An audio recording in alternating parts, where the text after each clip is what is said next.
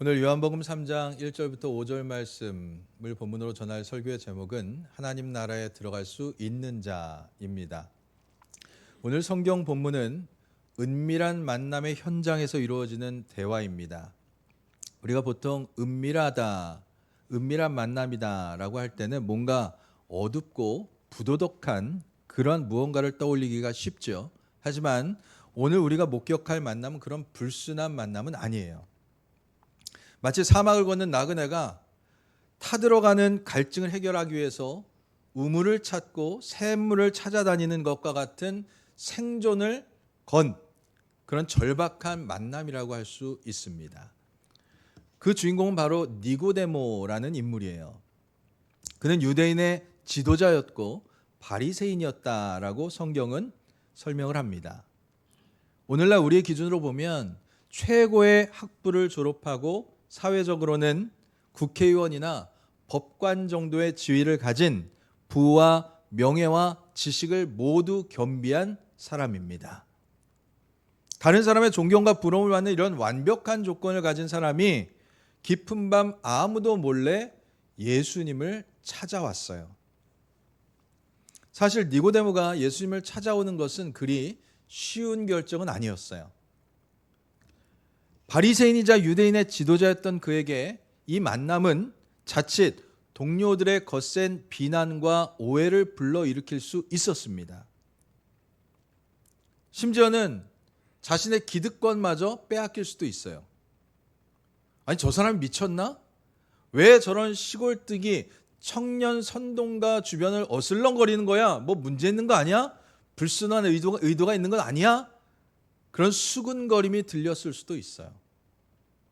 그럼에도 불구하고 주변에 따가운 시선을 무릅쓴 채 한밤중에 예수님을 찾아온 이유는 그에게 있어서 정말로 본인 스스로 해결 안 되는 영적인 갈급한 문제가 있었기 때문이에요.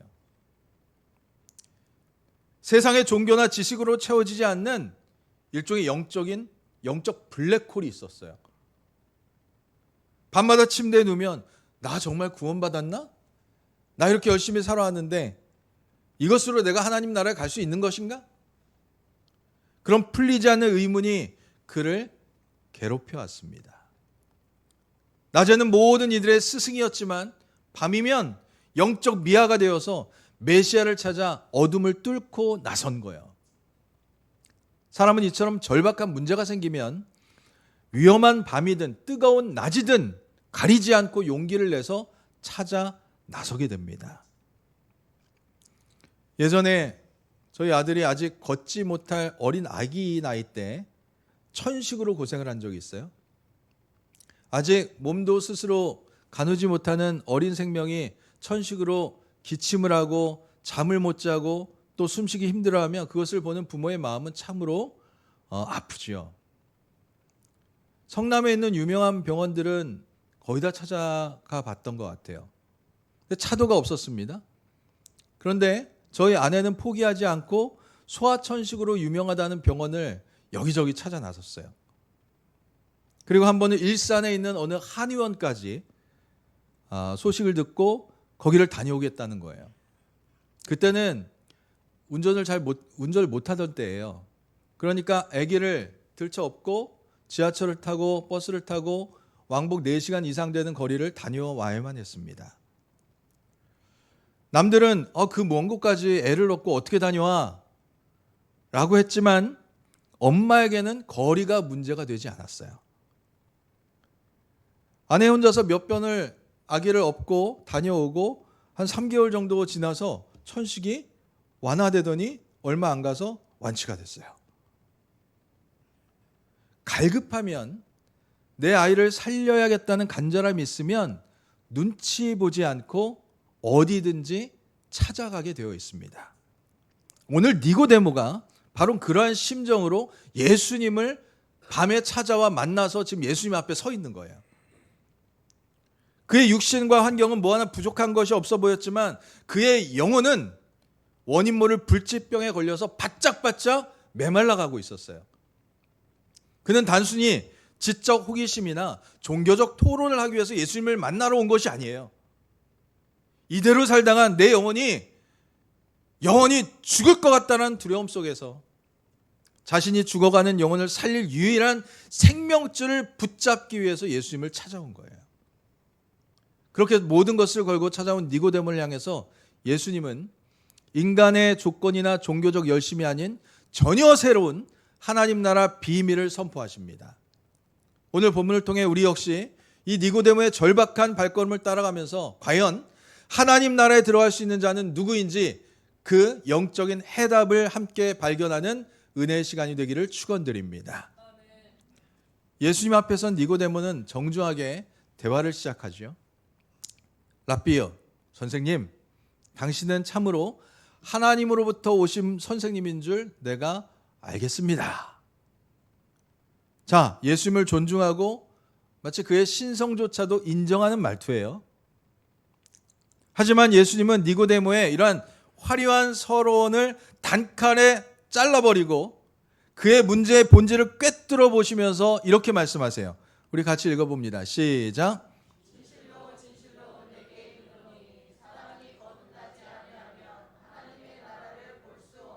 아멘. 자, 이 말씀은요, 니고데모에게 있어서는 폭탄 선언과 같은 말씀이에요. 니고데모는 아마도 예수님께 어떻게 하면 영생을 얻을 수 있는지, 내가 얼마나 율법을 잘 지키고 또 어떤 선행을 쌓아야지만 하나님 나라에 갈 수 있는지, 하나님 나라를 볼 수 있는지 그 방법론을 듣고 싶어서 온 것 같아요. 하지만 예수님의 대답은 단순히 뜯어고치거나 보완하는 수리 차원이 아니라 완전히 새로워지는 거듭남을 말씀하고 계세요.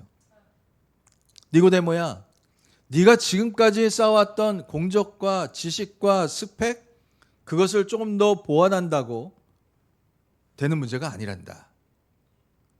너는 완전히 다시 태어나야 한다. 여기서 거듭남의 의미를 우리가 깊이 묵상해 봅시다. 자, 우리가 흔히 해외 여행을 갈 때 챙기는 것이 있죠. 여권에 뭘 받습니까? 비자를 받죠. 여러분, 비자는 무엇입니까? 내가 일정한 재정 능력이 있고, 그리고 신원이 확실하고, 또 범죄 사실이 없을 때 임시로 그 나라에 체류할 수 있는 임시 자격을 주는 거예요. 조건부 허가증입니다. 그래서 이 비자는 유효기간이 있어요. 조건이 충족되지 않으면 비자가 나오지도 않고, 비자가 나왔더라도 유효기간이 끝나면 말소되지요.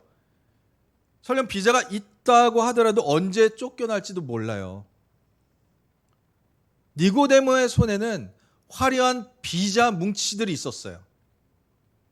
바리새인 비자가 있었죠. 나는 613개 율법을 철저히 지켰으니 하나님 나라에 체류할 자격이 나는 있다. 사내들인 비자도 있었어요. 나는 유대 최고의 의결기관의 멤버니 당연히 VIP 대접을 받을 자격이 있다. 오늘날로 치면 나는 모태인 신앙이고 또 열심히 교회를 섬기고 헌금도 드렸고 봉사도 했으니 이러한 비자들이 있으니 나는 천국에서 당연히 대접받을 자격이 있다. 하지만 예수님은 모든 비자를 거부하세요. 거절. 니고데모야, 하나님 나라는 비자로 들어오는 것이 아니야. 여기는 국적이 완전히 바뀌어야 들어오는 나라란다.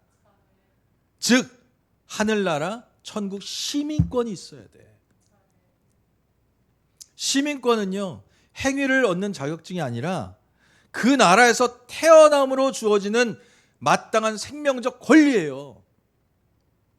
대한민국 국민의 자녀로 태어나면 우리는요, 공적을 쌓지 않아도 대한민국의 시민권이 나옵니다. 하나님 나라는 일정한 자격을 갖춘 외부인에게 개방된 곳이 아니라 하나님의 자녀로 다시 태어난 가족만이 거할 수 있는 곳이라는 거예요. 그렇다면 이 영원한 시민권을 우리가 어떻게 얻을 수 있어요? 예수님은 그 유일한 통로로 물과 성령을 말씀해 주세요. 우리 같이 읽습니다. 시작.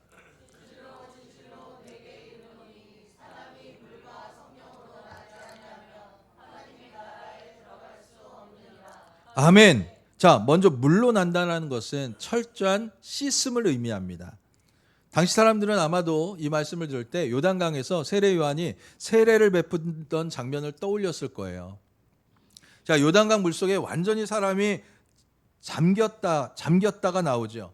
이 세례 의식은 단순히 내가 잘못했습니다, 반성문을 쓰는 수준이 아니라 이것은 내 자신을 장례치르는 자아의 장례식이라고 할 수 있어요. 내가 내 삶의 주인이 되어서 그동안 휘둘러왔던 모든 고집과 교만과 가치관을 물속에 완전히 수장시켜버리는 거예요. 완전히 죽어야 다시 태어날 수 있는 거예요. 그런데 물세례만으로는 충분하지 않죠. 성령 세례가 반드시 뒤따라야 됩니다. 물로 과거의 죄악과 더러운 자를 깨끗이 씻어냈다면 그 빈자리에 성령의 거룩한 능력이 부어져야만 우리는 비로소 하나님의 자녀로 살아갈 수 있는 거예요. 성경과 교회의 역사 속에서 이 성령 세례는 종종 불세례라고 표현하기도 합니다. 불세례. 왜 성령 세례를 불세례라고 했을까요? 불은 모든 것을 태우고 뜨겁게 변화시키는 강력한 에너지가 있지요. 우리는 우리의 차디찬 종교적 형식주의와 굳어진 마음을 녹이고 그 영혼의 불을 지피는 사건이 바로 성령 세례라고 할 수 있어요. 여러분 성경 보세요. 오순절 마가 다락방에 성령이 임하실 때 성령은 그냥 조용히 임하지 않았어요. 마치 불의 혀처럼 갈라지는 것들이 각 사람 위에 임했습니다. 그 불세례를 받자 겁이 많아서 문을 꼭 잠그고 숨어있던 제자들이 담대히 세상 밖으로 나가서 예수의 생명, 예수의 복음을 전하기 시작했어요. 환경은 그대로예요. 하지만 불성령을 받은 제자들은 그 본질이 뒤바뀌었어요. 예수님의 부활을 믿지 못하고 절망과 낙심 속에 엠마오 마을로 가던 두 제자가 부활하신 예수님이 찾아오셔서 말씀을 풀어주시고 성령의 감동을 주셨을 때, 그리고 무슨 대화를 나누죠? 야, 길에서 우리에게 말씀하시고 또 우리에게 성경을 풀어주실 때에 우리 마음이 뜨겁지 아니하더냐? 차갑게 식어버린 영혼에 성령의 불이 임하자 마음이 뜨거워졌고 그 길로 다시 돌이켜 사명의 자리로 복귀하는 놀라운 반전이 일어납니다. 감리교 창시자인 요한 웨슬리 역시 마찬가지예요. 그는 누구보다도 철저한 신앙의 훈련을 받았고 규칙주의자였어요. 오늘 니고데모처럼 완벽한 종교적 스펙을 갖췄지만 그의 마음에는요, 구원의 확신, 영적인 기쁨이 없었어요. 그러던 1738년 5월 24일 밤 올더스게이트의 한 집회에서 로마서 서문을 낭독하는 소리를 듣는 순간 그의 영혼에 성령의 불이 임합니다. 그리고 그날 저녁에 그는 일기에 이렇게 기록합니다. 내 마음이 이상하게 뜨거워지는 것을 느꼈다.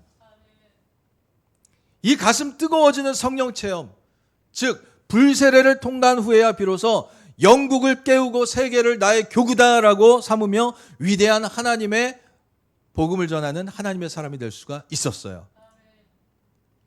사랑하는 여러분, 물세례가 우리를 죄에서 돌아서게 하는 회개 사건이라면 성령의 불세례는 우리를 하나님의 자녀답게 살아가게 하는 능력의 사건입니다.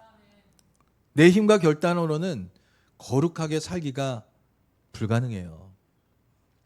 내 도덕적 의지로는 천국 시민답게 살기가 어렵습니다. 작심삼일로 끝나는 것이 우리의 의지 아닌가요? 오직 성령의 불이 내 심령에 임하여서 나의 옛 자아를 깨끗이 태워버리고 나의 마음을 하나님을 향한 사랑으로 뜨겁게 달구어 주실 때 우리는 비로소 거듭난 자의 진정한 모습을 찾아갈 수가 있는 거예요. 우린 여기서 물세례와 성령세례의 결정적인 차이점을 좀 알아야 돼요.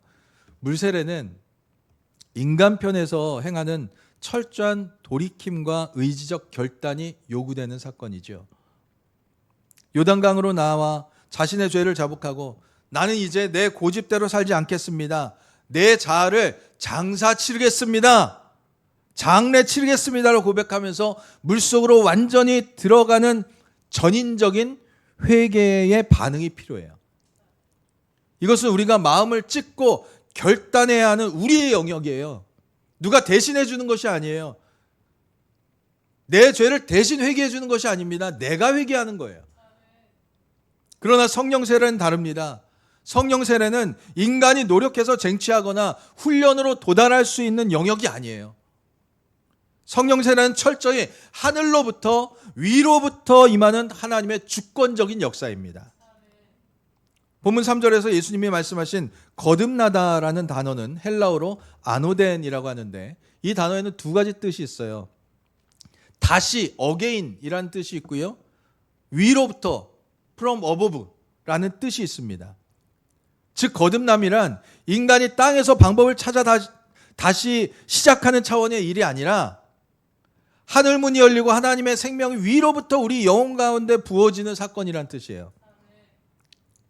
그렇다면 위로부터 임하는 성령 세례를 받기 위해 우리가 할 수 있는 것이 뭐예요?